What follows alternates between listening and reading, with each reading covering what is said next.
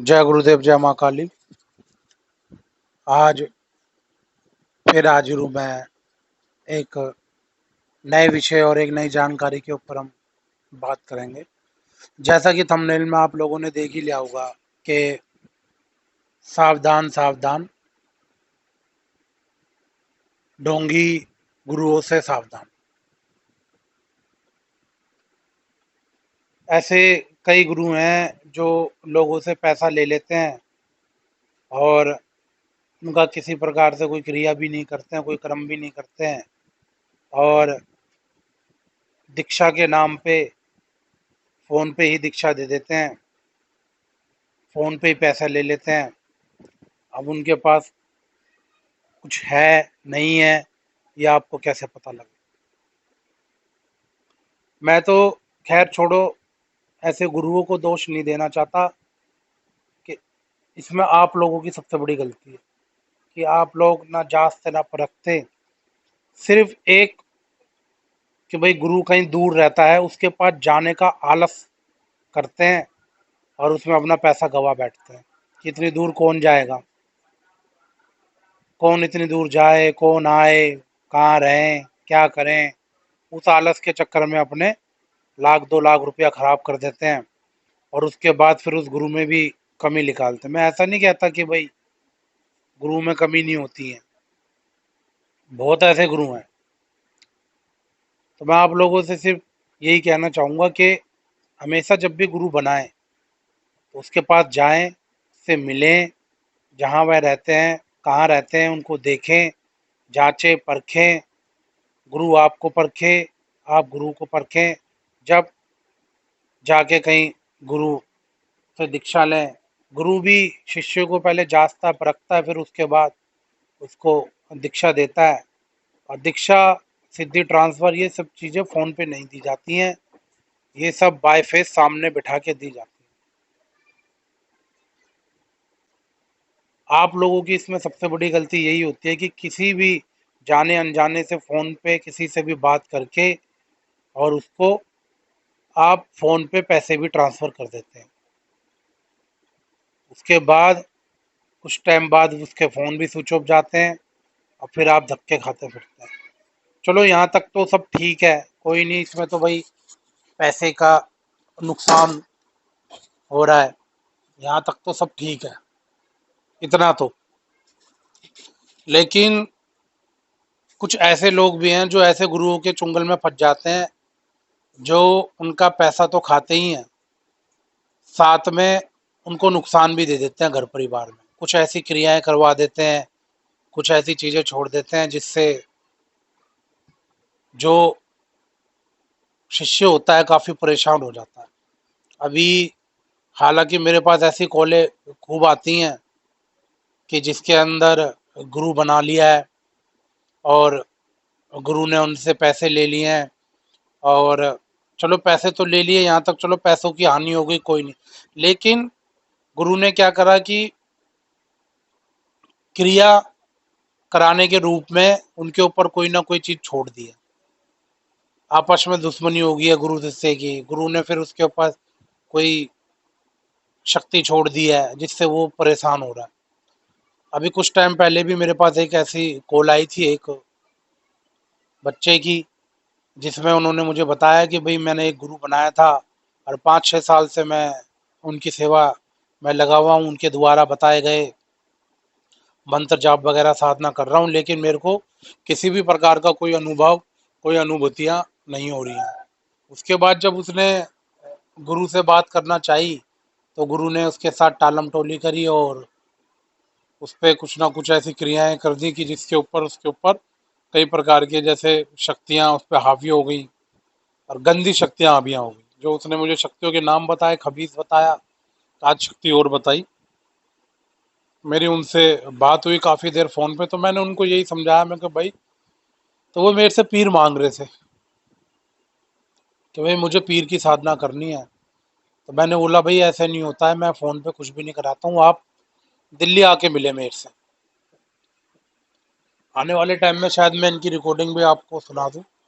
पहले मैं उनसे बात करूंगा उनकी रिकॉर्डिंग डालने के लिए, अगर वो एग्री होते हैं तो आपको उनकी रिकॉर्डिंग भी आगे डाल के सुनाऊंगा कि उनसे मेरी क्या बात हुई और कैसे हुई।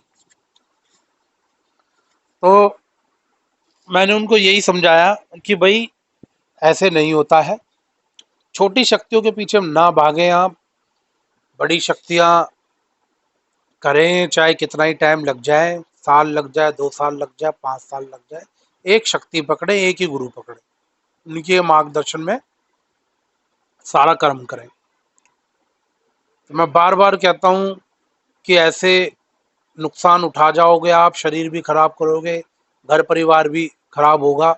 मैंने उनको यही बोला कि भाई पहले आप, अब आपके ऊपर जो भी शक्तियां ये लग रही हैं, बुरी चीजें जो भी हैं, इनको पहले इनका इलाज करवाएं आप, और उसके बाद फिर आप दोबारा दीक्षा ग्रहण करें।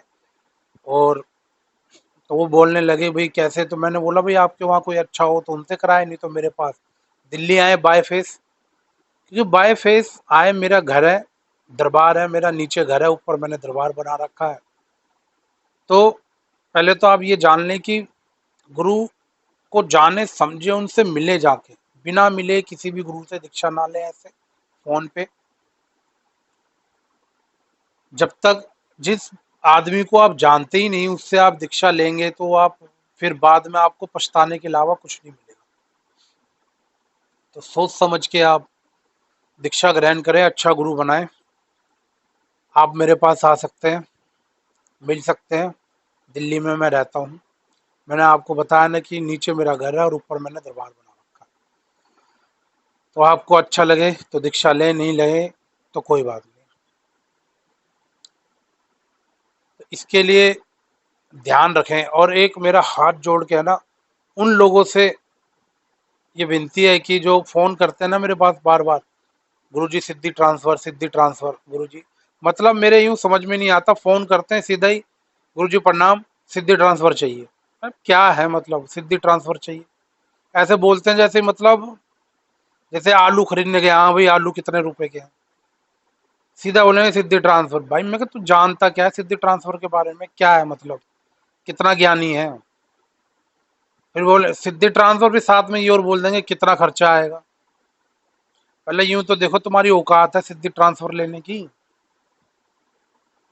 पैसे देने की औकात है, सिद्धि ट्रांसफर सबसे मेन तो सिद्धि ट्रांसफर की औकात है तुम्हारी। छूट दे कहेंगे सिद्धि ट्रांसफर, सिद्धि ट्रांसफर, सिद्धि ट्रांसफर क्या मतलब, कोई मतलब हलवा समझ रखा है हर चीज को। तो ऐसा ना करें भाई, सिद्धि ट्रांसफर होने के बाद भी सिद्धियां टिकती नहीं है। मैंने पहले भी अपने, एक मेरी वीडियो है सिद्धि ट्रांसफर के ऊपर, उसको सुनो, ध्यान से सुनो। सिद्धि ट्रांसफर होती है, लेकिन मैंने उसमें समझाया यही है कि सिद्धि ट्रांसफर होने के बाद भी उसको रोकने का दम होना चाहिए शिष्य के अंदर। चलो मैंने तो सिद्धि ट्रांसफर तुम लोगों को कर दी, मैंने, मेरे पास फोन आया कि सिद्धि ट्रांसफर दे दो गुरुजी, मैंने कह दिया ले ले भाई आ जा, उसने मुझे पैसे दे दिए, मैंने पैसे ले लिए, सिद्धि ट्रांसफर कर दी भाई। तो उस शिष्य में दम है क्या, तुम्हारे अंदर दम है उस सिद्धि को रोकने का?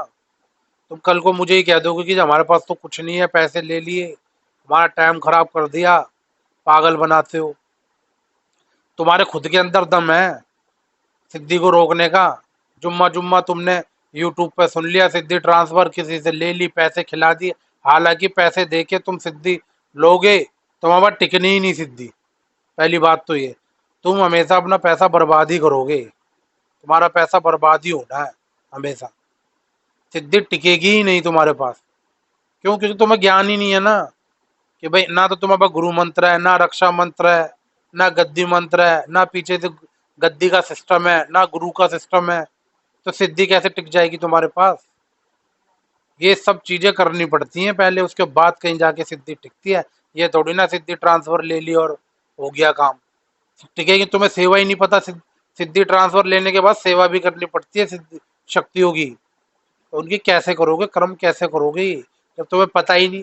वो तो सिद्धि ट्रांसफर कर देगा, 4 दिन 5 दिन बाद तुम्हें पता ही नहीं लगेगा क्या करना क्या नहीं करना। कई शक्तियां तो ऐसी होती है कि सिद्धि ट्रांसफर होने के बाद तुम परेशान हो जाओगे, परेशान होने के बाद तुम खुद ही कह दोगे जो हमारा पिंड छुड़वाओ। पहले तो सिद्धि ट्रांसफर लेने के लिए पैसा दिया तुमने, फिर बाद में तुम अपना पिंड छुड़वाने के लिए पैसा दोगे। तो भाई पहले अपने आप को संपूर्ण करो, संपूर्ण करने के बाद सिद्धि ट्रांसफर लो। ये नहीं फोन कर दिया, फोन उठा दिया, ये सिद्धि ट्रांसफर चाहिए। पता नहीं कहाँ कहाँ से फोन आ रहा है।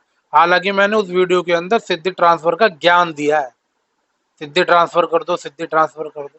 जैसे पता नहीं भाई कितना करोड़ों रुपया लेके बैठे हैं, सिद्धि ट्रांसफर कर दो। तो भाई हाथ जोड़ के विनती है, चीज के लिए मेरे पास फोन ना करो करो सिद्धि ट्रांसफर। और भाई अपने गुरु ध्यान से बना, सोच समझ के बनाए, ऐसे गुरु के चुंगल में ना फंसे। फोन पे तो बिल्कुल भी कोई भी कर्म ना करे, बाय फेथ जाके अपने मिलके जब अच्छा लगे जब अपना करे। तो आज के लिए बस इतना। जय गुरुदेव, जय माँ काली। आदेश आदेश आदेश।